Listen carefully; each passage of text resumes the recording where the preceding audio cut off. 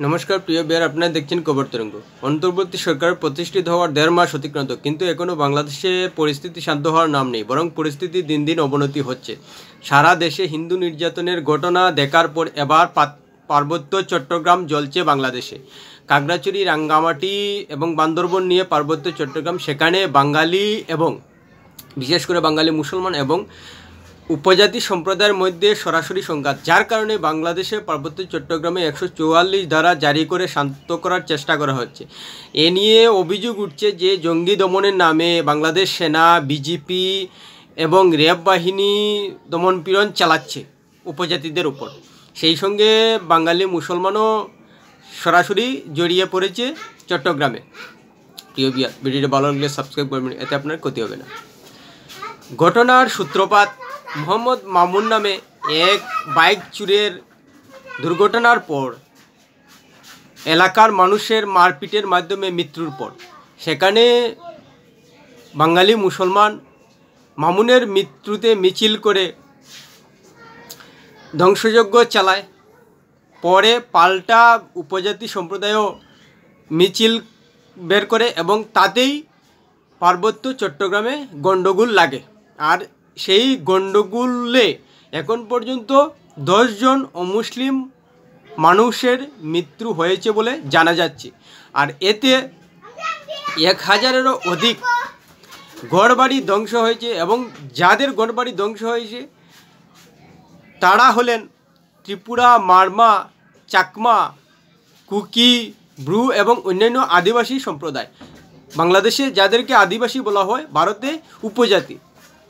কিন্তু এ খবর এখনও আসেনি যে মুসলিম সম্প্রদায়ের মানুষের ঘরবাড়ি পুরানো হয়েছে কিনা, ভাঙচুর হয়েছে কিনা এবং ধর্মস্থান ভাঙচুর হয়েছে কিনা। কিন্তু খবর আসে যে চাকমা, ব্রু, কুকি, ত্রিপুরা এদের ধর্মস্থান ভাঙ্গা হয়েছে, কিন্তু মুসলিমদের ধর্মস্থান ভাঙ্গা হয়েছে বলে এখন পর্যন্ত সেই খবর আসেনি। তার মানে বোঝা যাচ্ছে যে ঘটনার নিরপেক্ষ তথ্য বিশ্লেষণে যে একতরফা পার্বত্য চট্টগ্রামের উপজাতিদের উপর একতরফা আক্রমণ হয়েছে, তাদের ধর্মস্থান বাড়িঘর ধ্বংস হয়েছে, কিন্তু মুসলিমদের বাড়িঘর বা ধর্মস্থান কিছুই হয়নি। তার মানে বোঝা যাচ্ছে যে কারা আক্রান্ত হচ্ছে।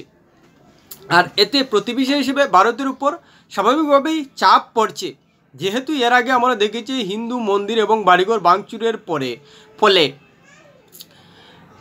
ভারতে প্রবেশ করার জন্য বাংলাদেশের অনেক হিন্দু সীমান্তে এসে ধর্ণা দিয়েছিলেন, বিএসএফের সঙ্গে কথা বলেছিলেন। এতে ভারতের অবশ্যই একটা চাপ পড়ে। এবার দেখা যাচ্ছে যে পার্বত্য চট্টগ্রামেও পরিস্থিতির অবনতি হয়েছে বাংলাদেশে। আর এ নিয়ে বাংলাদেশের অন্তর্বর্তী সরকার সাফাই দিতে চেয়েছে, কিন্তু যেহেতু KNF জঙ্গি দমনের নামে বাংলাদেশের নিরাপত্তা বাহিনী, বাংলাদেশ সেনা, র্যাব এবং বিজেপির প্রতি আঙুল উঠছে, তাই স্বাভাবিকভাবেই প্রশাসন যেহেতু উপজাতিদের উপর দমন পীড়ন করছে, তাহলে তাদের কতটুকু বিশ্বাস করা যাচ্ছে এ নিয়ে ভারতের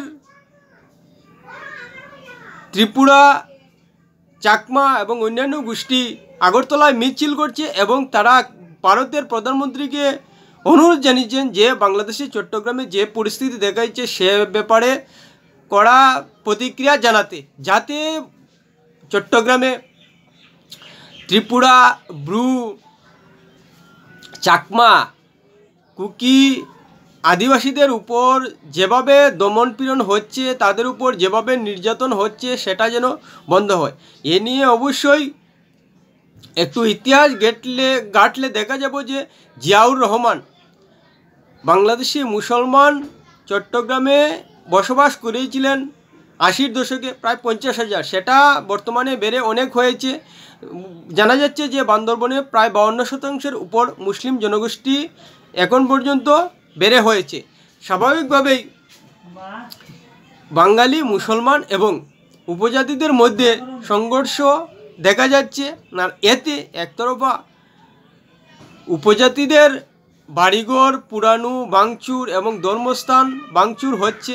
এতে ভারতের উপর যে প্রভাব ফেলবে সেটা স্বাভাবিক, যেহেতু সীমান্ত লাগোয়া ত্রিপুরা রাজ্য ভারতের। তাই বর্তমান চট্টগ্রামের অশান্তির পরিস্থিতিতে মিজোরাম এবং ত্রিপুরায় বাংলাদেশের চাকমা, ব্রু, ত্রিপুরা এবং অন্যান্য আদিবাসী সম্প্রদায় প্রবেশের চেষ্টা করবেন এবং এতে ভারতের উপর চাপ বাড়বে, সেটা স্বাভাবিক। সেই জায়গায় দাঁড়িয়ে অন্তর্বর্তী সরকার যে বাংলাদেশের সার্বিক পরিস্থিতি নিয়ন্ত্রণ করতে চূড়ান্ত ব্যর্থ পরিষ্কার বোঝা যাচ্ছে। 1.5 মাস কিন্তু কম সময় নয়। এই 1.5 মাসে অন্ততপক্ষে বাংলাদেশের পরিস্থিতি একেবারে স্বাভাবিক হওয়ার কথা, কিন্তু আমরা কি দেখতে পাচ্ছি যে বাংলাদেশে এখন পর্যন্ত কোথাও স্বাভাবিক পরিস্থিতি হচ্ছে না। চট্টগ্রামে তো রীতিমতো চূড়ান্ত অবনতি হয়েছে শান্তির পরিবেশ। সেই সঙ্গে এও আমরা দেখতে পাচ্ছি যে ঢাকা বিশ্ববিদ্যালয়ে তোফাজ্জল হোসেন নামে একজন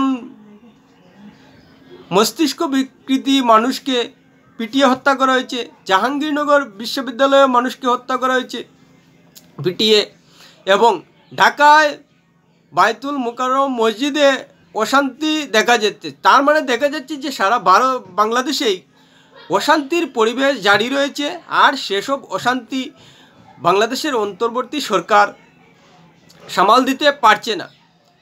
এতে যে বাংলাদেশে সমন্বয়কারী ছাত্র নেতারা জড়িত পরিষ্কার দেখা যাচ্ছে, যে তারা বিভিন্নভাবে মানুষকে পিটিয়ে হত্যা করছে এবং প্রকাশ্যে তাদের নীতির বিরুদ্ধে গেলেই মানুষকে লাঠিপেটা করছে। সেই ছাত্র সমন্বয়করা একবার ভাবছে না যে শাসন ক্ষমতায় না থাকলে তাদের পরিণতি কি হবে, কেননা তাদের সারা জীবন সামনে পড়ে রয়েছে। তারা অল্প বয়সী ছাত্র, তাই তাদের এভাবে আইন নিজের হাতে নিয়ে কোনো অবস্থায় দেশের শাসন ব্যবস্থা সুষ্ঠুভাবে পালন করা সম্ভব নয়। শাসন ব্যবস্থা সুষ্ঠুভাবে নিরাপত্তার দায়িত্ব নিরাপত্তা বাহিনীর এবং পুলিশ বিভাগের, সেটা তাদের উপর ছেড়ে দেওয়া উচিত। কিন্তু ছাত্র সমন্বয়করা নিজেদের জীবনের যে লম্বা একটা জীবন রয়েছে তার প্রতি খেয়াল না করে অন্যায়ভাবে নিজের দেশের মানুষকে এভাবে প্রকাশ্যে লাঠিপেটা করছে। এরা সত্যিকার অর্থেই ছাত্র কিনা সেটা নিয়ে সন্দেহ হচ্ছে। আর এ নিয়ে প্রতিবেশী ভারতকে ভাবতে হচ্ছে, যেহেতু বাংলাদেশের 3 দিকে ভারত, এবং বাংলাদেশে যদি লাগাতার অশান্তি জারি থাকে স্বাভাবিকভাবেই প্রতিবেশী হিসেবে ভারতকে এর চাপ অনুভব করতে হয়। যত বাংলাদেশে অশান্তি সৃষ্টি হবে, যত বাংলাদেশে অশান্তি লাগাতার জারি থাকবে, ততই ভারতের উপর চাপ বাড়বে। আর সেসব ছোটোখাটো ঘটনা নিয়ে অবশ্য তেমন কোনো প্রভাব বাংলাদেশের ব্যাপারে ভারতে পড়ছিল না, কিন্তু চট্টগ্রাম যেহেতু বৃহৎ একটা অঞ্চল নিয়ে অবস্থিত, খাগড়াছড়ি, রাঙ্গামাটি এবং বান্দরবনে অশান্তির পরিবেশ সৃষ্টি হয়েছে, এবং এ নিয়ে ইউনাইটেড পিপলস ডেমোক্রেটিক ফ্রন্ট ঘোষণা দিয়েছে তারা লাগাতার আন্দোলন করবেন, প্রতিবাদ করবেন। সে নিয়ে যে ভারতের মাথা ব্যথা রয়েছে সেটা পরিষ্কার বলে দেওয়া যায়। যত চট্টগ্রামে অশান্তি সৃষ্টি হবে, ততই ভারতের ত্রিপুরা এবং মিজোরামে উপজাতি সম্প্রদায়ের ভারতে প্রবেশের একটা আশঙ্কা থেকে যায়। তাই অবশ্যই এক্ষেত্রে পার্বত্য চট্টগ্রামে যেহেতু বাংলাদেশ সেনা, র্যাব এবং বিজেপি জঙ্গি দমনের নামে সাধারণ উপজাতি মানুষের উপর আক্রমণ করছে, এ নিয়ে নজরদারি অবশ্যই রাখা উচিত। এক্ষেত্রে এটাও বলা উচিত বাংলাদেশ সরকারকে যে যারা স্বাধীনতার নামে দেশের সরকারকে সরিয়ে দিয়েছে, তাদের কিন্তু উচিত দায়িত্ব নিয়ে বাংলাদেশের শান্তি বিরাজ করা। একজন মানুষও যদি বর্তমান সরকারের আমলে নিহত হন, ক্ষতিগ্রস্ত হন, সেই দায়ভার কিন্তু বর্তমান সরকারের উপর বর্তায়। কেননা মানুষ বর্তমানে বাংলাদেশে যে অরাজক পরিস্থিতি সৃষ্টি হয়েছে এবং জারি রয়েছে তা দেখার জন্য আন্দোলনকারী ছাত্রদের সমর্থন করেননি। তারা চেয়েছিলেন শেখ হাসিনার থেকে আরও ভালো প্রশাসন এবং আরও ভালো নিরাপত্তা ব্যবস্থা যাতে বাংলাদেশে কায়েম হয়, যাতে আওয়ামী লীগ নেতা কর্মীরা যেভাবে বাংলাদেশের সাধারণ মানুষের উপর প্রভাব প্রতিপত্তি করে অন্যায় অবিচার করত, সেই অবস্থানের পরিবর্তন হয়। কিন্তু দেখা যাচ্ছে যে ছাত্র সমন্বয়করা উল্টে দেশবাসীর প্রতি আওয়ামী লীগ নেতা কর্মীরা যেসব অত্যাচার অন্যায় করত সেই ভূমিকায় অবতীর্ণ হয়েছে, যার কারণেই বর্তমান সরকারের প্রতি বাংলাদেশের মানুষও ক্ষোভ প্রকাশ করছেন। সেই সঙ্গে ভারতও উদ্বিগ্ন হয়ে রয়েছে, যেহেতু সময়ে সময়ে ধর্মীয় উপদেষ্টারা ভারতের বিরুদ্ধে নানা মন্তব্য করছে এবং বাংলাদেশকে অশান্তি করে ভারতে প্রবেশের যে একটা চাপ রয়েছে সেটা তৈরি করছে। এ নিয়ে অবশ্যই ভারতকে উদ্বিগ্ন থাকতে হচ্ছে। বাংলাদেশের অন্তর্বর্তী সরকার নিজেদের দেশকে শান্তিতে ফিরিয়ে আনতে পারছে না, যার কারণে প্রতিবেশী হিসেবে ভারতকে উদ্বিগ্ন থাকতেই হচ্ছে। এবং এবার দেখার যে পার্বত্য চট্টগ্রামে যেভাবে অশান্তির আগুন জ্বলেছে তা কতদূর পর্যন্ত গড়ায়। পার্বত্য চট্টগ্রামে শান্তির উপর কিন্তু ভারতের ত্রিপুরা এবং মিজোরামে শান্তিটা অনেকটাই নির্ভর করছে। প্রিয় ভিউয়ার, ভিডিও ভালো লাগলে লাইক শেয়ার কমেন্ট করবে।